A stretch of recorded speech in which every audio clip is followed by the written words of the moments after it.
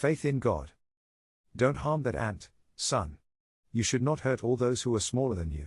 Do not ever show your might to all those who are weaker than you. That is a sin. Always be good to the poor. Anyone showing kindness to those less fortunate goes to heaven after death. Mother Centipede advised her son. Now, give me hand to carry our food home. The rains will come soon and we have to get ready for the rainy day. She told her son. Son was getting a dose of good behavior and how virtues would lead him to heaven.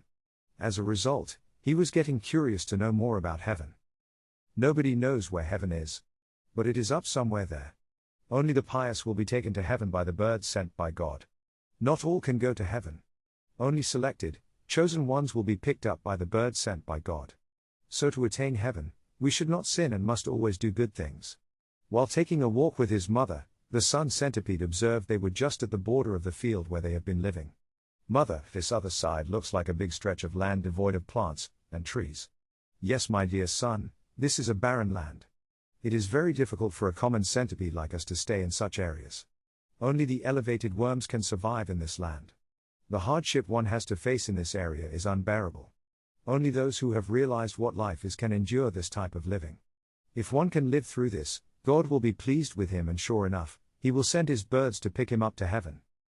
But mother, why does one have to aim at going to heaven? God, the Almighty, the Creator of this world lives in heaven. So will it not be good to stay with God for the rest of our life?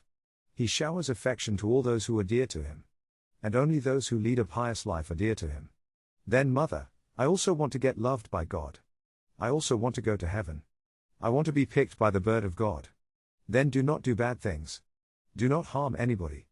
And the God will send his bird to pick you up whenever your time is due. Can I go to that land right away? No. Not dear.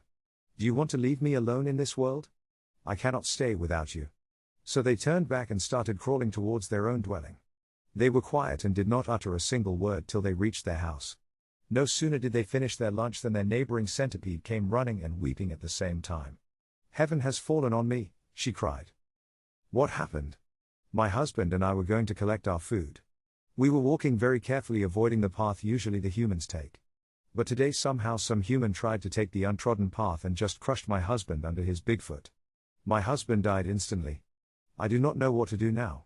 He was so loving. I cannot live without him. The mother centipede tried to console her. Look.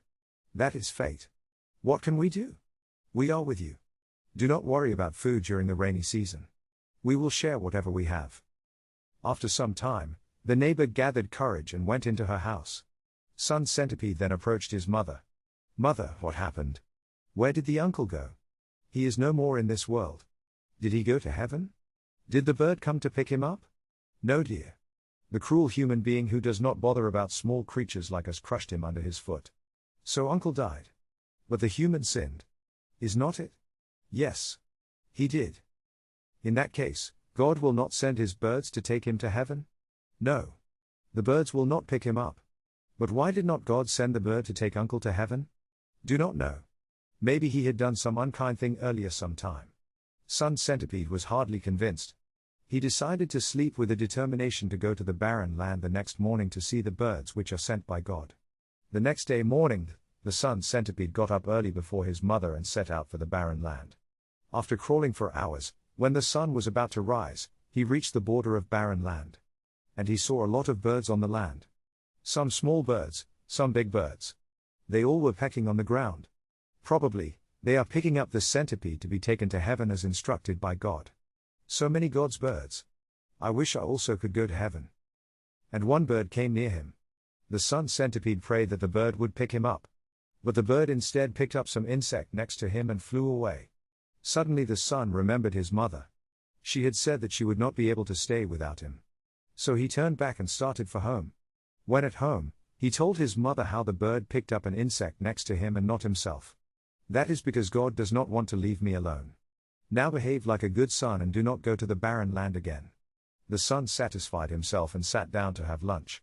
The son centipede followed his mother's advice and did not do any wrong in his routine life. He was very happy that things were going very smoothly. He along with his mother used to thank God for all the good things given to them. And one day there was a calamity. The human farmer brought a tractor and started plowing the field. In one stroke, It upset the dwellings of hundreds of centipedes. Many were killed and many more were seriously injured. The complete habitat was shattered. Only the cries were heard all over. The mother centipede broke her leg. Somehow she was trying to move to a safer place and to find out the condition of her son. Luckily he was not hurt. He came close to his mother and tried to pacify her. Why? Why did this happen? What went wrong so that God had to punish all of us? Many uncles and aunts have died. Many more are injured. How can we help them? How can they get some assistance? No. No. This is atrocious. How can God be so cruel? How can a loving, passionate God turn horrendous, barbaric? We all must have done something wrong. We must have sinned. Otherwise, God can't be cruel, or intolerant. We must introspect. We must find out the cause. Mother Centipede said with unshaken belief in God. We should not blame God for any bad happening. We must correct our mistakes. If we do that, God will be happy and we will not have to face calamity. Son Centipede tried to accept the justification of that terrible happening. Days passed by. The habitat got into gear again. Survived centipedes started working their regular routines. And the life continued. Everybody had forgotten the calamity that some time back had caused a big upset. Son grew up and found a nice partner. Soon they had one offspring. The offspring was looked after by the mother centipede. She managed all routine activities with one broken leg. Her son and daughter-in-law took care of the earnings for the house. And there was an apocalypse. The enemy planes started bombarding the area.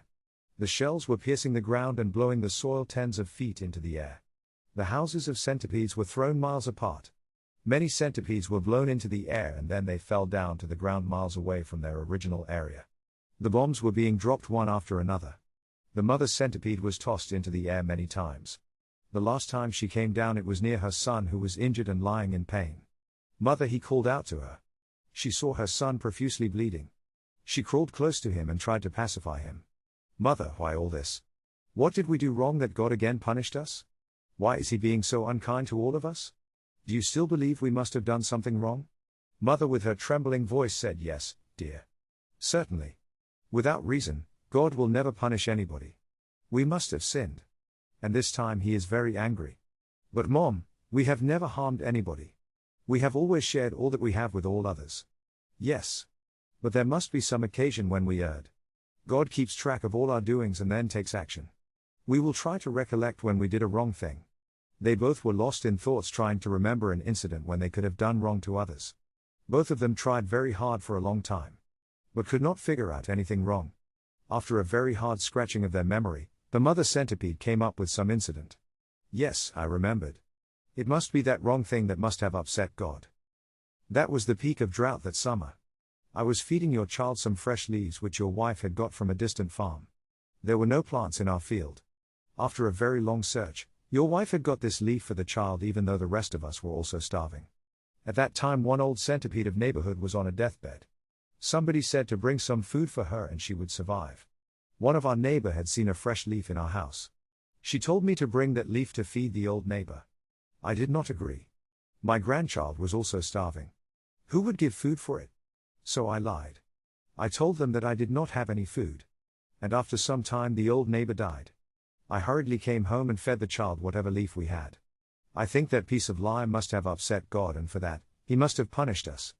I am the sinner. But what else could I have done? My child was also starving. But still, I am the sinner. Son was shocked. His mother who used to preach to him not to tell lies had told such a big lie. God is great. He cannot be cheated. So we deserve to be punished. We have to bear the consequences. And son saw a bird zooming down on earth. He landed close to his mother. He picked up the mother and the next moment he disappeared into the skies. Son saw his mother being taken to heaven by God's bird. Yes. She deserved a place in heaven. She always followed the code of conduct except once when she told a big lie. I will take care and will always follow the code of conduct. I also want to be picked up by the bird of God. Soon there was yet another bomb that exploded and the soil got thrown into the air some tens of feet. And the war continued. That is what faith in God is, and that is how agonizing acts of a few find acceptance in society. Somebody does evil work and some other innocent person thinks it as a punishment imposed by God for some wrong deed by him, however insignificant it may be.